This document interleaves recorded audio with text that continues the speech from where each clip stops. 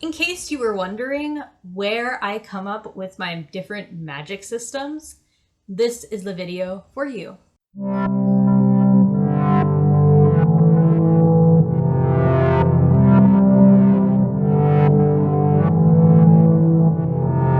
Hi everyone, welcome back. So today I'm going to be talking about where I come up with my magic systems and why did I decide to pick Gemstone Magic for the enchantresses. A lot of my magic systems are rooted either in mythologies that I happen to find really interesting or in something that happens to be a personal hobby for me. A couple examples of this are the Gemstone Magic in War of the Twin Swords. The primary reason that I had picked gemstones is when I was younger, and I can probably find a couple of books in my little bookcase that you see back there, I really liked gemstones. And because of that, I have a lot of books on the magical properties of gemstones. And these are basically where I come up with some of the rules for my magic systems. So this is one of them. And it actually has two versions, so if you want, this is the first one. I'm going to go to Amethyst, for example, because I have a character who uses Amethyst magic. A couple of the ways that I used Amethyst magic is I used the mythology of Dionysus, which if you're familiar with the mythology behind Amethyst, it was really a crystal quartz that Dionysus spills wine on as kind of an atonement after he ends up hurting somebody, killing them in fact, because he's drunk. So that's where amethyst supposedly gets its wine color. So at one point she does use the magic to make someone drunk. And it can be used in the opposite way where you can make yourself less drunk. So ultimate cure for drunkenness and hangovers. And a couple of the other things that it mentions in this book specifically, amethyst boosts production of hormones and tunes the endocrine system and metabolism. It basically says that it's good for the immune system and to cleanse the blood. It also can relieve different types of pain, emotional, psychological, etc. Eases headaches and tension. Reduces bruising, injuries, swelling, and treats hearing disorders. It heals diseases of the lungs and respiratory tract, skin conditions, cellular disorders, and diseases of the digestive tract. Removes parasites, encourages reabsorption of water, treats insomnia. Throat and crown chakras, helpful for people making the transition through death. It can stabilize psychiatric conditions, but should not be used in cases of paranoia or schizophrenia. So it has like a lot of different things that I can kind of work off of and come up with ideas of how it might end up being used. So if you're ever curious how I'm planning on using different gemstones, you can look up mythologies of gemstones, or you could check out this book because it's where I come up with a lot of the ideas for how the magic's going to get used. I also sometimes just use the name of the gemstone itself, like Tiger's Eye. I have a tiger familiar for it. And with the case of Cat's Eye, there's a cat familiar that goes with it.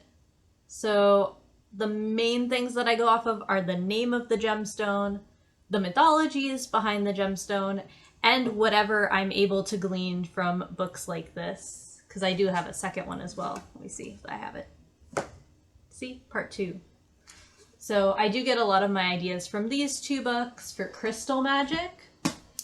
And then I also have an obsession with plants, especially plant remedies and poisonous plants. So that ends up coming up in, not directly tied in with the magic system, but it does end up coming up in Spellbound because that was how I picked which nymphs were going to be connected to which plants.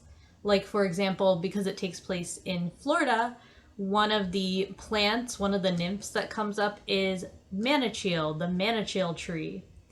So that's a particularly deadly poisonous plant that's native to this area. So that's where I came up with the idea for that, is just it's a native plant.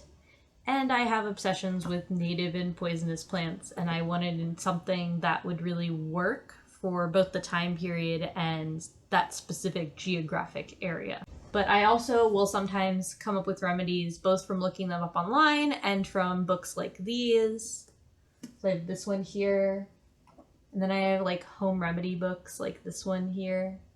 Mostly a lot of it comes from books that I already had because of my previous interests, because I would go through like a lot of obsessive phases with different things. I also have a little bit of an obsession with obscure fairy tales and mythologies. Like this is one of the books that I happen to have sitting in my house. Oftentimes I will look up mythologies as a way to get ideas for new stories. For example, the anthology story I wrote was a very not well-known mythology about the Earth Goddess and the Moon Goddess. Chikyu's not, I wouldn't say she's necessarily an Earth Goddess. She's like a lesser deity, basically, not like the main Earth Goddess. She's in charge of things like mining and gemstones, which again connects to one of my interests with gemstones. I also have a thing for anything lunar, so the fact that there was also the Moon Goddess involved in this was just perfection. And some of the other ways that I come up with different types of magic are also series that I like. For example, Maria V. Snyder's Poison Study series. She has a poison taster, and she also has a character that does glass magic, which is where I came up with the idea to do glass mages. But I have kind of my own little unique twist to it, and part of that came from ideas that someone else gave me because he's in physics, and he introduced me to an interesting concept that has to do with glass and physics, and it ends up being called Rupert's magic, which if you're familiar with Rupert's drops, then you probably know what I'm talking about. If not, you should look it up because it's a really interesting concept, and it gave me one of my ideas for a type of glass magic that I ended up using. As far as plant magic and nymph magic goes, I decided to come up with that just because I always had a really big thing for herbal remedies and plants and things like that. And so because of that, I decided to go the route of nymphs.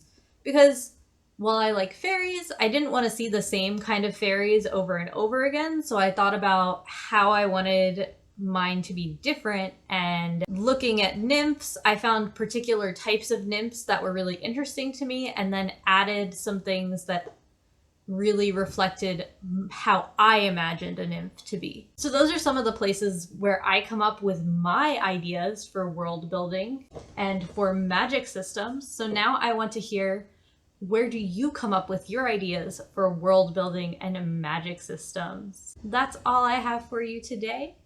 If you like this video, go ahead and click that like button and subscribe to my channel down below. Thanks! Bye!